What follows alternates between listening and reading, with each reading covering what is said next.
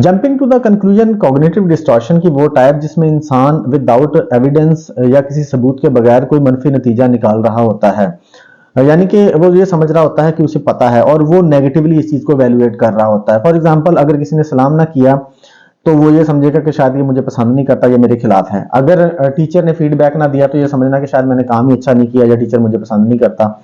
अगर महफिल में बैठे दोस्त हंस रहे हैं तो ये समझना कि मेरे ऊपर ही हंस रहे हैं। सामने खड़े लोग बात कर रहे हैं तो ये समझना कि शायद ये मेरे बारे में बात कर रहे हैं। इंटरव्यू के बाद ये समझना कि ये जॉब कौन सा मुझे मिलनी है। या तो इसमें दो टाइप्स की बेसिकली होती हैं, ये जो कॉग्निटिव डिस्टॉर्शन इसकी दो टाइप है। एक तो माइंड रीडिंग, यानी कि ये समझना कि लोग क्या सोचते हैं, या फिर फ्यूचर के बारे में कोई प्रिडिक्शन करना। एग्जाम की तैयारी इसलिए ना करना कि मैंने कौन सा पास होना है, इंटरव्यू के लिए ना जाना कि ये जॉब कौन सा मुझे मिलनी है, या इंटरव्यू दे के ये सोचना कि ये कौन सा जॉब मुझे मिलनी है।